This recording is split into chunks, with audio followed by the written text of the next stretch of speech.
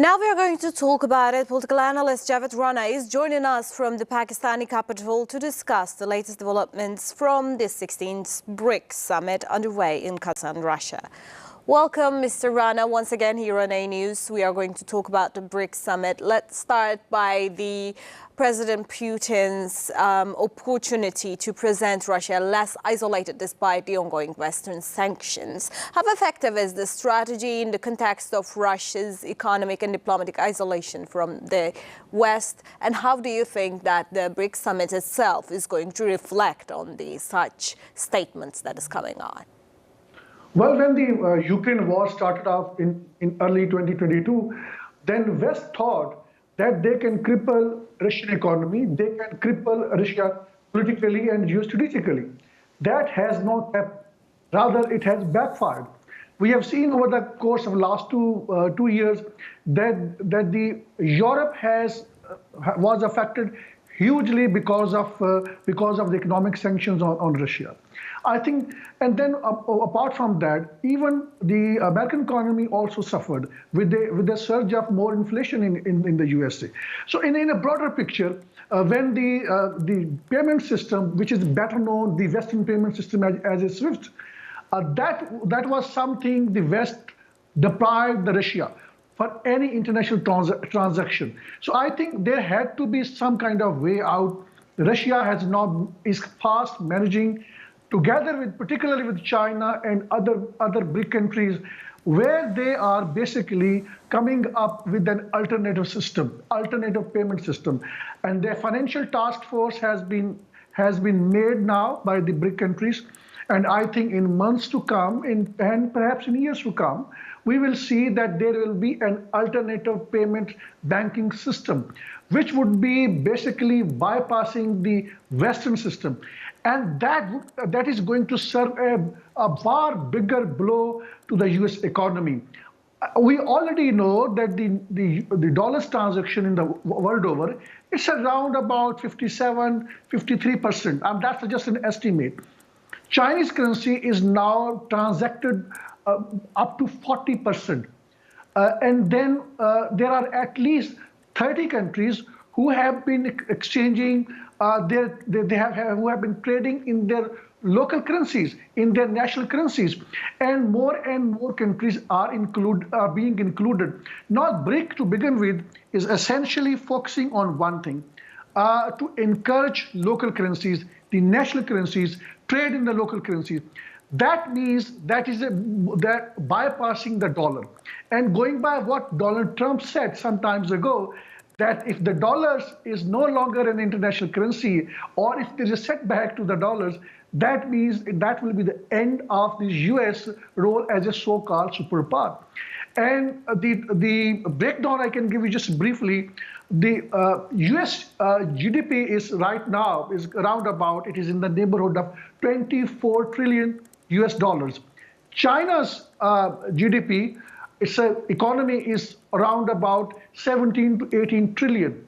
Now there are estimates by the independent economists that by the end of this decade, which is 2030, China would be the biggest economy in the world. And that means that would be the end of the dollar's domination in the trade and in the foreign reserves everywhere in the world. So I think it is a good beginning, but we have to see the bigger picture why this is happening. Reason is the US economy has been running on, it's a war economy by and large. And through war, they generate economy. That means more supplies to the weapons to the countries.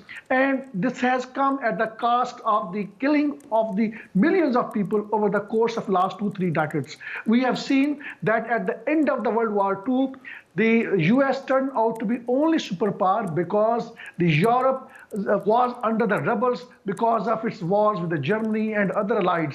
So in that context, the US has continued waging war one after the other against its opponents. That has been the lingering source of its strength.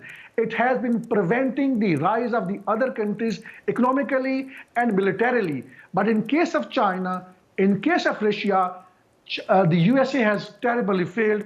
And in years to come, I don't foresee US as a superpower. Right now, as we speak, the world has already now effectively the multipolar. So in that context, we have also see what are the leading causes. I think the final cause is the Israeli genocidal war on Gaza. Now everybody knows this is basically end of the US-led world order. And now the other countries are getting together. They are trying to find a way out where they can have their own geostrategic agenda, where they can have their own economic transactions by bypassing the dominance of dollar. Well, about the Putin's hosting of the summit. So let's talk about the Russian Ukrainian war as well. So we are talking about this BRICS summit in such a way that we talk about the relationship between the countries, but actually we are seeing the Russian president in the limelight right now, and he is. What do you think that his depictions and his descriptions of the Russian-Ukrainian war is going to affect the international community right now? Well, my understanding is that Russia is at the end of military victory, and its economy has not only survived, it has also thrived.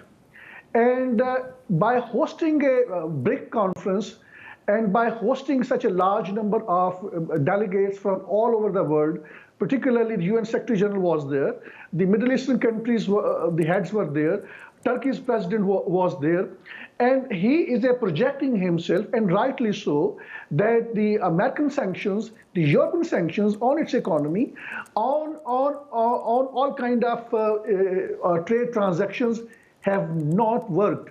They have backfired. And politically, he is gaining more and more ground, and he has been in the spotlight, despite the fact that the American engineered to get him declared as a war criminal through International Criminal Court. Again, that is an episode. I have to then present the other side of the picture. When there was a conclusion of an investigation by the International Criminal Court that the Israeli Prime Minister Netanyahu is a war criminal, that was just investigation. Then the Americans did not apply the same criteria, same standards, the same international law. Rather, it had won. So I think in that context, Russia has, in a very systematic manner, has basically politically benefited, exploited the situation, the war going on in Gaza, the genocide going on in Gaza, and now in Lebanon. That has helped Russia to let the world know that who is the real war criminal. That is the USA. These are the Western countries, and they have an illegitimate child in the Middle East, and that is in Israel, which is ending the world order, which was started off after World War II, and which was in fact started off after the World War I. So I think now we are heading towards a new world order where China and Russia is going to dominate. More importantly, China's role is going to be far bigger than Russia, because China's military power is there, China's economy is going to be very strong. Russian GDP growth is just it's a basically 2 trillion economy as compared to China. But militarily speaking, Russia is dominating, and it is a countering the American military hegemony in the world. Russia has been far more forceful in asserting itself. In case of China, China doesn't indulge itself in any war. It is in a very systematic manner through different long-term projects. It has built roads. It has invested in the energy sector. It has made integration through its built and road infrastructure projects all over the world, particularly in Asia, particularly in the African countries, and also in Europe. And the Americans and the Western countries, they came up with a different plans, such as Build a Better World.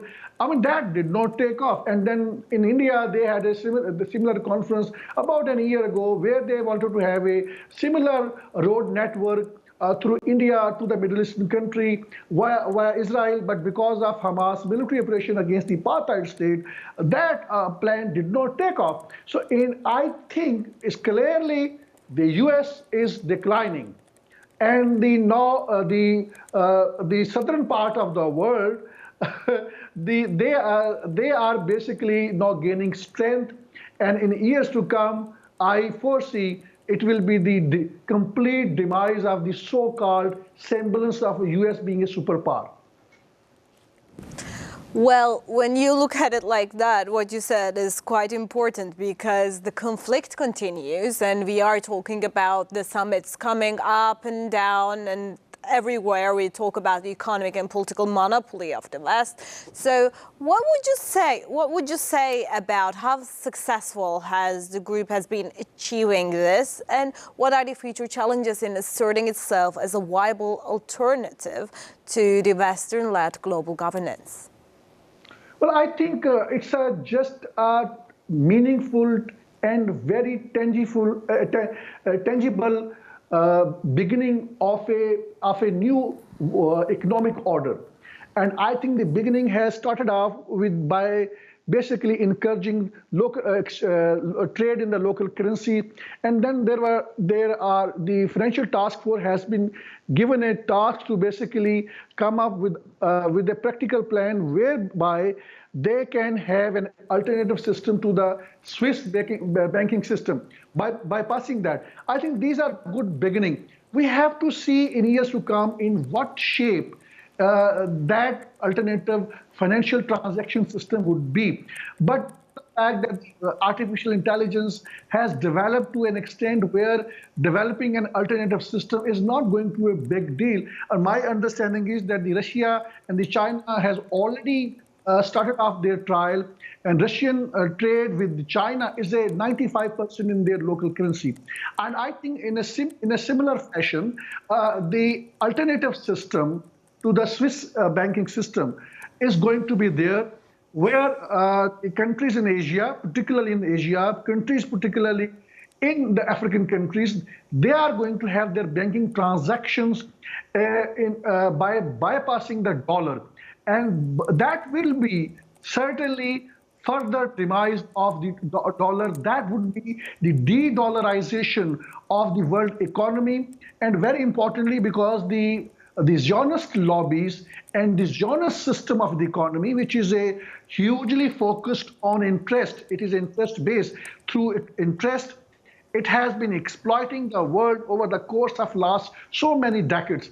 I think we have heard speeches by the world leaders. They are also pointing out one thing, that the world needs an economy which is free of exploitation.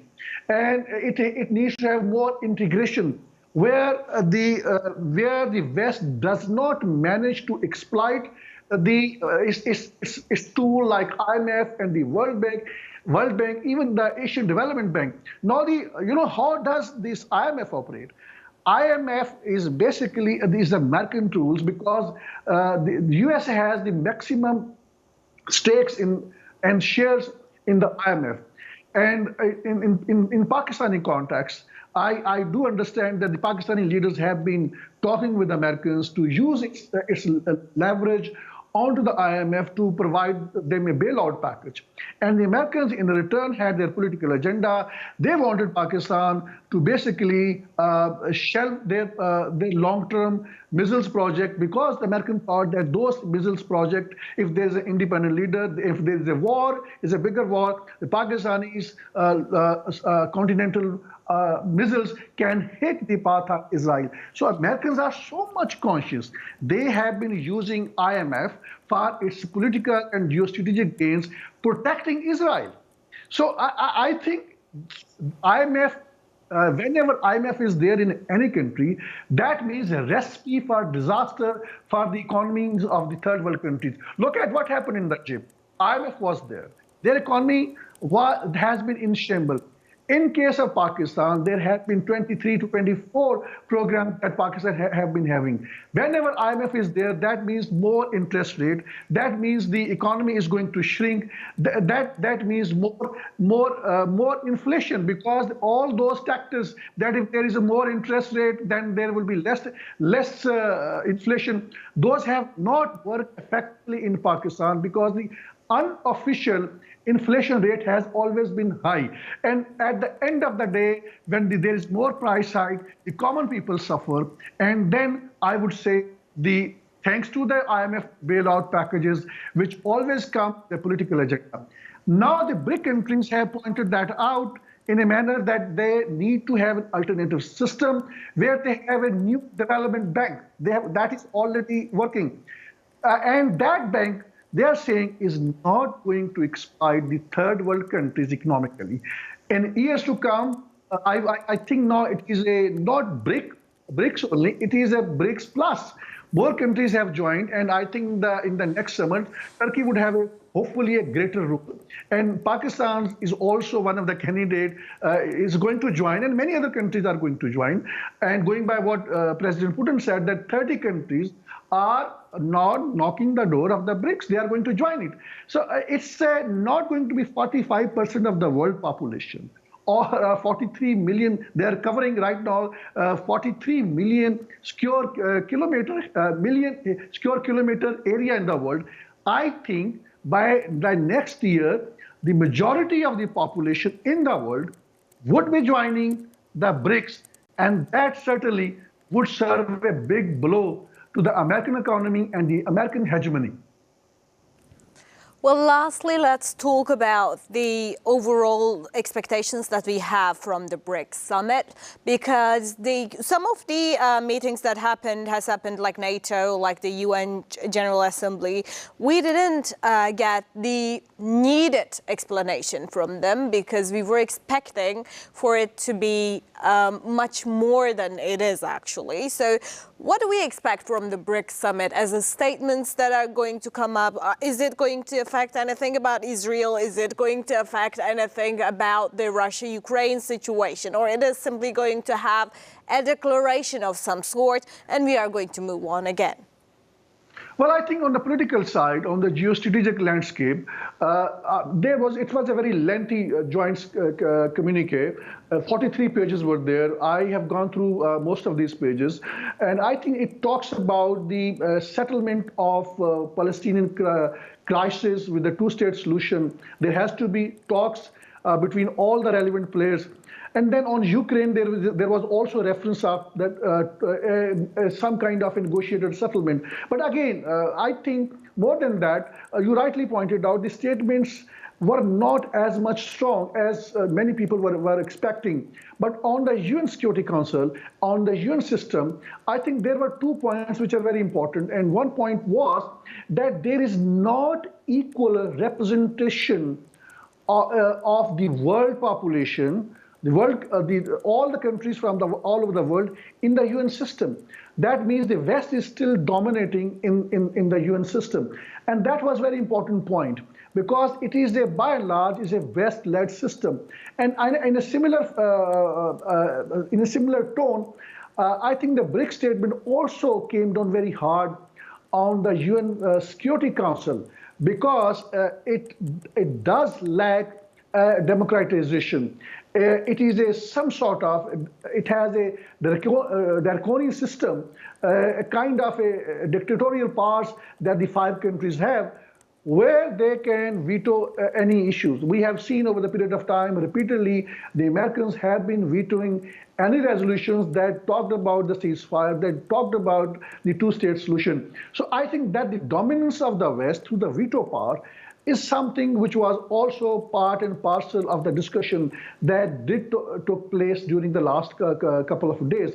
But again, I think it will take time where these countries will be able to dictate their own political agenda in the UN Security Council resolutions, because the kind of the system which is in place right now, that is a kind of a situation where if one particular country among the 5 if that is supporting a genocide, like in case of US, it is supporting a genocide, French is supporting genocide in a way, Britain is supporting the genocide, you are helpless internationally. You can't have any resolutions passed in the UN Security Council. But in a broader picture, even if the resolutions are passed, that would not be enforced because the Israel enjoys impunity. The apartheid state enjoys impunity from nobody is going to hold them accountable. But sooner or later, something big would happen and Israel would be held accountable, its leaders would be held accountable because the world system is changing altogether. World is now stands divided. It is a multipolar world, and the Americans are losing their standard political tools where they were used to influence the international community. Now it is a China which is dictating the world in a manner where they have used their clout through economic projects. And in years to come, I think the situation is going to be altogether different on the world stage. Javed, thank you so much for joining us. It's always a pleasure to hearing your thoughts about such important situations. So we will come back to you in the upcoming days for sure. Thank you. Now let's continue with our news.